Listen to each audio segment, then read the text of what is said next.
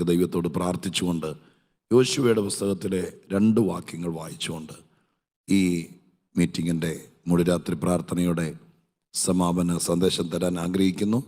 യോശുവയുടെ പുസ്തകം 8-ാം അധ്യായത്തിൻ്റെ 18-ാം വാക്യവും 26-ാം വാക്യവും വായിക്കാൻ ഒരുങ്ങുകയാണ്. യോശുവയുടെ പുസ്തകം 8-ാം അധ്യായം 18-ാം വാക്യം ഞാൻ ആദ്യം വായിക്കാം. വാക്യം ഇങ്ങനെയാണ്: അപ്പോൾ യഹോവ യോശുവയോട്, നിന്റെ കയ്യിലുള്ള കുന്തം ഹായിക്ക് നേരെ ഏന്തുക, ഞാനത് നിന്റെ കയ്യിൽ ഏൽപ്പിക്കുമെന്ന് അരുളി ചെയ്തു. അങ്ങനെ യോശുവ തൻ്റെ കയ്യിലുള്ള കുന്തം ഹായിക്ക് നേരെ ഏന്തി.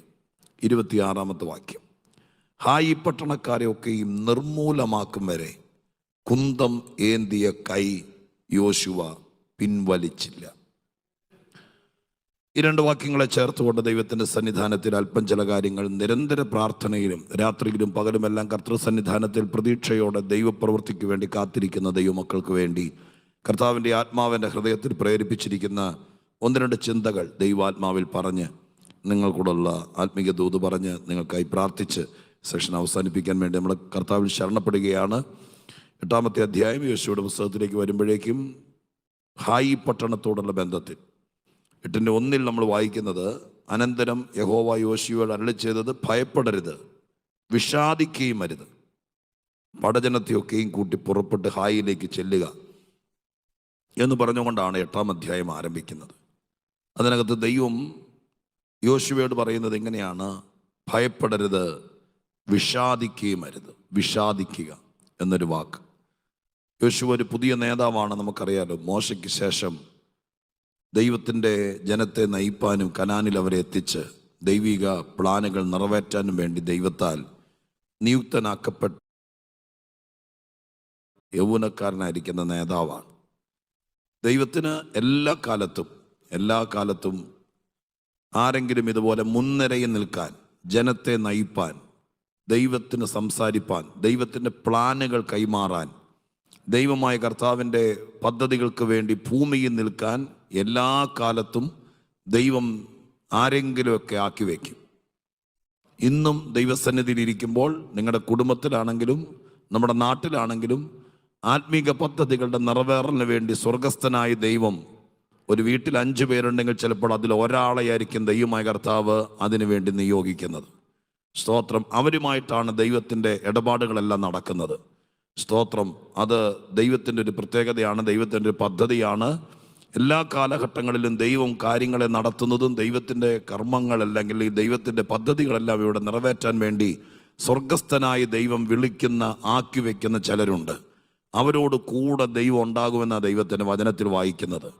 ഈ ദിവസങ്ങളിലൊക്കെ ദൈവത്തിൻ്റെ വചനം വായിക്കുമ്പോൾ നിങ്ങളോട് പറയാൻ പരിശുദ്ധാത്മാവ് എന്നെ പ്രേരിപ്പിക്കുന്നത്, സ്തോത്രം, പുറകിൽ നിൽക്കുന്ന ചിലരെ, പ്രതീക്ഷയില്ലാത്ത ചിലരെ സർവശക്തനായ ദൈവം ഒരു കുടുംബത്തിൻ്റെ അല്ല, ഒരു കൂട്ടത്തിൻ്റെ ജയത്തിന് വേണ്ടി, ചിലരുടെ വിടുതലിന് വേണ്ടി ചിലരെ മുൻനിരയിലേക്ക് വിളിച്ച് ദൈവം പറയുന്നത് പോലെ കേട്ട് ദൈവത്തിന് വേണ്ടി നിൽക്കാൻ ചിലരെ ആക്കി വെച്ചാൽ അവരെ ദൈവമായ കർത്താവ് ഉപയോഗിക്കുകയും അവര് നിമിത്തം ഒരു വലിയ കൂട്ടത്തിന് വിജയമുണ്ടാകുകയും ചെയ്യും.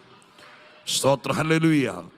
8-10 പേരുള്ള വീട്ടിൽ ദൈവത്തിന് സംസാരിക്കാനും ദൈവത്തിന് ഇതുപോലത്തെ കാര്യങ്ങൾക്ക് വേണ്ടി മുമ്പിൽ നിർത്താനും ആരുമില്ലാത്ത വീടുകൾ ഞാൻ കണ്ടിട്ടുണ്ട്. എത്രയോ പേര് പ്രാർത്ഥിക്കാൻ വേണ്ടി പവർ വിഷനും ഞങ്ങളുടെ അടുക്കലൊക്കെ വരുന്നത്. അപ്പോൾ ഞങ്ങൾ ആളുകളോട് കാര്യങ്ങൾ സമയമുണ്ടെങ്കിൽ ചോദിക്കും, നിങ്ങളുടെ വീട്ടിൽ ആരൊക്കെയുണ്ട്? സ്തോത്രം. ഇന്നാരുണ്ട്? വല്യപ്പനുണ്ട്, വല്യമ്മച്ചിയുണ്ട്, അപ്പനുണ്ട്, അമ്മയുണ്ട്, വിവാഹം കഴിക്കാതെ അപ്പൻ്റെ ഒരു പെങ്ങൾ അവിടെയുണ്ട്, ഞങ്ങൾ 4 മക്കളാണ്, ഞങ്ങൾ 4 പേരും കല്യാണം കഴിച്ചു. സ്തോത്രം. എല്ലാവരും കൂടി ചേർക്കുമ്പോഴത്തേക്കും ഒരു സഭായോഗത്തിൻ്റെ ആളുണ്ട്. പക്ഷേ സ്തോത്രം, ദൈവം ആ വീട്ടിൽ ആരെയാണ് ദൈവിക കാര്യത്തിന് വേണ്ടി മുമ്പിൽ നിർത്തിയിരിക്കുന്നതെന്ന് ചോദിച്ചാൽ എല്ലാവരും കൈമലർത്തും. ഇന്ന് പ്രഭാതത്തിൽ പ്രാർത്ഥിക്കുന്ന സമയം നിങ്ങളുടെ വീട്ടിൽ ആരെങ്കിലും ഒരാളെ ദൈവമായ കർത്താവ് മുൻനിരയിലേക്ക് നിർത്തണം. അവർ ചിലപ്പോൾ അധികം പ്രാർത്ഥിക്കേണ്ടി വരും. അവർ ചിലപ്പോൾ സ്തോത്രം മറ്റു ചില പരിപാടികൾ മാറ്റിവെക്കേണ്ടി വരും. അവർ ചിലപ്പോൾ ദൈവം എന്ത് പറയുന്നോ അതിൽ പൊട്ടനെ പോലെ അനുസരിക്കേണ്ടി വരും. മറ്റാർക്കും സ്തോത്രം ഹല്ലേലൂയ ഒരു കാര്യത്തിനും ചിലപ്പോൾ ആത്മീക വിഷയത്തിന് താല്പര്യമില്ലെങ്കിലും ദൈവം ആ വിളിച്ച ആളുകൾ ഇതുപോലെ രാത്രി മുഴുവൻ പ്രാർത്ഥിക്കേണ്ടി വരും. സ്തോത്രം. മറ്റു പലരും ഉറങ്ങുമ്പോൾ അവരെ ദൈവം ചിലപ്പോൾ ഉറങ്ങാൻ സമ്മതിച്ചെന്നിരിക്കുകയല്ല. അവർ ചിലപ്പോൾ കിലോമീറ്ററുകൾ ദൂരത്ത് പ്രാർത്ഥനയ്ക്കും യോഗത്തിനും പോയിന്നിരിക്കും. അവർ ചിലപ്പോൾ സ്തോത്രം ദൈവത്തിൻ്റെ വചനം പഠിക്കാൻ സമയം കണ്ടെത്തിയെന്നിരിക്കും. അവർ ദൈവദാസന്മാരുമായിട്ട് അടുപ്പം പുലർത്തിയെന്നിരിക്കും. അവർ ചിലപ്പോൾ സ്തോത്രം ആരോടും പറയാതെ ഉപവസിച്ചെന്നിരിക്കും. അവർ പ്രഭാതത്തിൽ ഉണർന്നെന്നിരിക്കും, അർദ്ധരാത്രിയിൽ ഉണർന്നെന്നിരിക്കും. അങ്ങനെ ദൈവമായ കർത്താവിൻ്റെ പദ്ധതിക്ക് വേണ്ടി സ്വർഗത്തിന് ദൈവം ആക്കി വെക്കുന്ന ചിലര്, അത് സ്ത്രീയെന്നോ പുരുഷനെന്നോ ഇല്ല, പ്രായഭേദമന്യേ സ്വർഗത്തിന് ദൈവം ചില കുടുംബങ്ങളെ വിജയിപ്പിക്കാൻ, ചില ദേശങ്ങളുടെ കെട്ടുപൊട്ടിക്കാൻ, ചില സഭകളെ ഉണർത്താൻ, ചിലരെ ദൈവത്തിലേക്ക് നയിക്കാൻ സ്വർഗസ്ഥനായ ദൈവം തന്റെ നേതൃത്വ നിരയിലേക്ക് വിളിക്കുന്ന ചിലരെ ദൈവാത്മാവിൽ ഇന്ന് രാത്രിക്കാലം ഓർപ്പിക്കുകയാണ്. Hallelujah, praise the Lord, hallelujah. സ്തോത്രം ചെയ്യുന്നു. ഒരുപക്ഷെ ഒരു സംഘടന നമുക്കൊരു ID കാർഡോ അല്ലെങ്കിൽ അങ്ങനെ ഒന്നും തന്നിരിക്കുകയല്ല. സ്തോത്രം. അതിൻ്റെ തെളിവെന്താന്ന് ഞാൻ പറയാം. ആരും പറയാതെ നമുക്കൊരു ഉൾപ്രേരണ ഉണ്ടായിക്കൊണ്ടിരിക്കും. ഹല്ലേലൂയ. അപ്പൊ ഈ രാത്രി മുഴുവൻ വീട്ടിലാണെങ്കിലും ഇവിടെ വന്നിട്ടാണെങ്കിലും പ്രാർത്ഥിക്കാൻ ആരും നിർബന്ധിച്ചിട്ടല്ല ഇരുന്നെങ്കിലും ആരും വഴക്ക് പറയില്ല. അതൊരു ലംഘനമോ പാപമോ ഒന്നും ആയിരിക്കില്ലായിരിക്കും. പക്ഷേ ദൈവസന്നിധാനത്തിൽ ആരും പറയാതെ സ്തോത്രം ദൈവപാദപീഠത്തിൽ ഇച്ചിരി ക്ഷീണമൊക്കെ നേരിട്ടാലും ഉണർന്നിരിക്കാൻ സ്വർഗസ്ഥനായ ദൈവത്തിൻ്റെ ആത്മാവ് ഒരു പ്രേരണ തന്നെങ്കിൽ നിങ്ങൾ ഓർത്തോളണം, നിങ്ങളുടെ അകത്തൊരു നേതൃത്വത്തിന്റെ വിളി കിടക്കുന്നുണ്ട്. സ്തോത്രം, ഹല്ലേലൂയ. അത് കൊടി പിടിക്കാനായിരിക്കില്ല, അത് ചിലപ്പോൾ കസേര പിടിക്കാനായിരിക്കത്തില്ല. ചിലരെ നേടാൻ വേണ്ടി, ചില കുടുംബങ്ങളെ, ചില കുടുംബാംഗങ്ങളെ നേടാൻ വേണ്ടി നിങ്ങളുടെ കുടുംബത്തിനെതിരെ കൂടാരമടിച്ചിരിക്കുന്ന അന്ധകാര ശക്തിയോട് ആത്മാവിൽ പോരാടാൻ വേണ്ടി സ്വർഗത്തിലെ ദൈവത്തിന്റെ ആത്മാവിനാൽ നിയോഗമുള്ളവർക്ക് ദൈവത്തിന്റെ അടുക്കലേക്ക് പതിവിനപ്പുറമായി കയറി വരാൻ പറ്റുള്ളൂ. ഹല്ലേലൂയ. ഈ പ്രഭാതത്തിലും അങ്ങനെ തോന്നുന്ന ദൈവമക്കൾ ഉണ്ടെങ്കിൽ ഓർത്തോളണം, നിങ്ങളുടെ കൂടെ ദൈവം നിൽക്കും. നിങ്ങളെ ദൈവം ലജ്ജിപ്പിക്കത്തില്ല. മറ്റാരോട് ഇടപെടുന്നതിനേക്കാൾ അധികം ദൈവം അവരോട് ഇടപെടും. മറ്റാർക്ക് കൊടുക്കുന്നതിനേക്കാൾ അധികം വെളിപ്പാടുകൾ ദൈവം കൊടുക്കും. മറ്റാരെ ആശ്വസിപ്പിക്കുന്നതിനേക്കാൾ അധികം ദൈവം ആശ്വസിപ്പിക്കും. മറ്റാരെ ധൈര്യപ്പെടുത്തുന്നതിനേക്കാൾ അധികം സ്വർഗത്തിലെ ദൈവം അവരെ ധൈര്യപ്പെടുത്തും. 8-ാമത്തെ വാക്യത്തിൽ ഒരു വാക്ക് ദൈവം യോശുവോട് പറയുന്ന കേട്ടോ. സ്തോത്രം, നീ വിഷാദിക്കരുത്, വിഷാദിക്കരുത് എന്ന് പറയുമ്പോൾ യോശുവയ്ക്ക് വിഷാദം സ്തോത്രം ഉണ്ടായിട്ടുണ്ട്. അതുകൊണ്ടാണല്ലോ അങ്ങനെ ഒരു പദം സ്തോത്രം ഉപയോഗിക്കേണ്ടി വന്നത്. ഇത് കാരണം യോശുവ സ്തോത്രം ഇറങ്ങി തിരിച്ചല്ലെങ്കിൽ നേതൃത്വത്തിലേക്ക് വന്ന സമയം മുതൽ തുടങ്ങിയിട്ടുള്ളൂ എങ്കിലും ആദ്യത്തെ പരാജയമാണ് ഹായി പട്ടണത്തോടുള്ള ബന്ധത്തിൽ 7-ാം അധ്യായത്തിൽ സംഭവിച്ചത്. പരാജയം എന്ന് പറയുമ്പോൾ യോശുവയുടെ കുഴപ്പമല്ല, ക്രമീകരണങ്ങളുടെ കുഴപ്പമല്ല. അതിനകത്തുള്ള ഒരാൾ ആഖാൻ ചെയ്ത കാര്യം നിമിത്തം പരാജയം ഏറ്റുവാങ്ങേണ്ടി വന്നു. സ്തോത്രം. പരാജയങ്ങൾ വിഷാദത്തിലേക്കും ഭയത്തിലേക്കും നിരാശയിലേക്കും ഒക്കെ മനുഷ്യരെ കൊണ്ടെത്തിക്കും. സ്തോത്രം. ആദ്യത്തെ പരാജയം കാരണം യോർദാന്റെ തീരത്ത് വെച്ചാണ് യോശുവയെ ദൈവമായ കർത്താവ്, അല്ലെങ്കിൽ ആദ്യത്തെ യോശുവ ഫേസ് ചെയ്തത് യോർദാനെയാണ്. അത് ആരും പ്രതീക്ഷിക്കാത്ത നിലവാരത്തിൽ സ്തോത്രം അലറി എഴുകുന്ന ആ യോർദാനെ സ്തോത്രം തടഞ്ഞു നിർത്തി അതിലൂടെ വഴിയുണ്ടാക്കി ആടുകളെ അക്കരെ കടത്തുന്ന കാര്യത്തിൽ യോശുവ വിജയിച്ചു. ദൈവത്തിൻ്റെയാണ് ഐഡിയ എല്ലാം. പക്ഷേ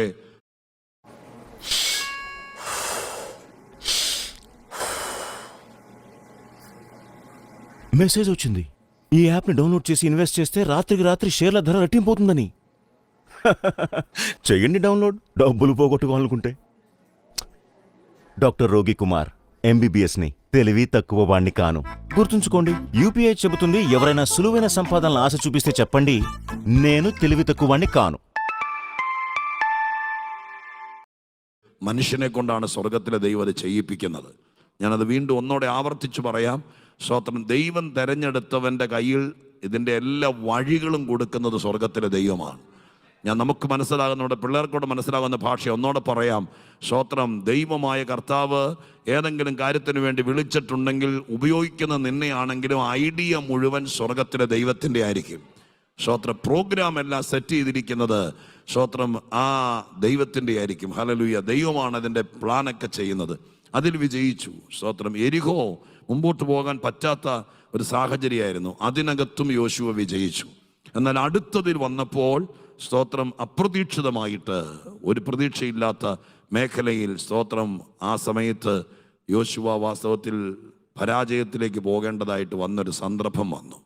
ഒരു കാര്യം എപ്പോഴും ഓർക്കണം, സ്തോത്രം, ദൈവമായ കർത്താവ് നമ്മെ വിളിച്ച് മുമ്പിലാക്കിയാലും ചിലപ്പോഴൊക്കെ ജീവിതം എന്ന് പറയുന്നത് ചില സന്ദർഭങ്ങളിലെല്ലാം പരാജയങ്ങളെ ഫേസ് ചെയ്യേണ്ടി വരും. എപ്പോഴും ജയിക്കുന്നത് നമുക്ക് ഇഷ്ടമാണ്, പക്ഷെ ചില സന്ദർഭങ്ങളിൽ നമുക്ക് സ്തോത്രം നമ്മുടേതായ കാരണമായിരിക്കുകയല്ല, പലരും കൂടിയാണല്ലോ, ഒരു സമൂഹമാണല്ലോ ജീവിതം എന്ന് പറയുന്നത്. ആരെങ്കിലും ഒരാൾ കാണിക്കുന്ന ദൈവനിഷേധം ചിലപ്പോൾ ഒരു കുടുംബത്തിൻ്റെ പരാജയമായേക്കാം, ചിലപ്പോൾ ഒരു സമൂഹത്തിൻ്റെയോ സഭയുടെയോ പരാജയമായേക്കാം. പക്ഷെ ഒരു കാര്യം ഓർക്കണം, അപ്പോഴും ദൈവം നമ്മളെ കൈവിടുന്നവനല്ല.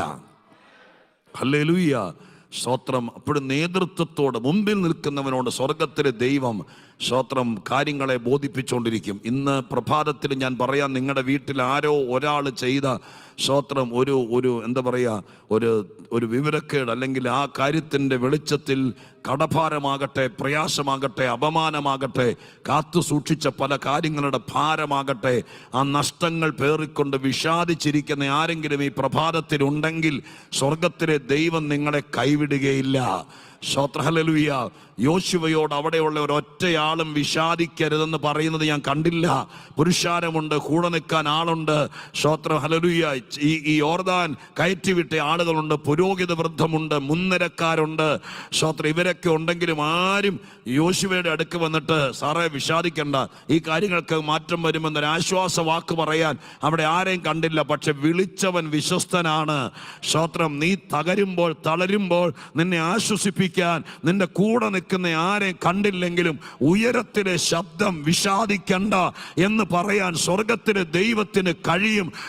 ഇന്ന് പ്രഭാതത്തിൽ, ഈ പ്രഭാതം കഴിയുമ്പോൾ, ഈ ദിവസങ്ങൾ തള്ളി നീക്കുമ്പോൾ, ഈ പ്രാവശ്യത്തെ മുഴുരാത്രി പ്രാർത്ഥന കഴിഞ്ഞു പുറത്തേക്ക് ഇറങ്ങുമ്പോൾ, നേരം വെളുക്കുമ്പോൾ നീ അഭിമുഖീകരിക്കാനിരിക്കുന്ന വിഷയങ്ങളെ ലജ്ജയിൽ തലതാഴ്ത്തി നിൽക്കേണ്ടി വരുമെന്നുള്ള ഭാരത്തിൽ വിഷാദിച്ചിരിക്കുന്ന വിഷയങ്ങളുണ്ടെങ്കിൽ സ്വർഗത്തിലെ ആത്മാവ് ഇന്ന് പ്രഭാതത്തിൽ ചരരോട് ആരും പറയാത്തൊരു വാക്ക് പറയുന്നു, നിന്റെ അകത്തെ വിഷാദം അറിഞ്ഞുകൊണ്ട് വിഷാദിക്കണ്ട.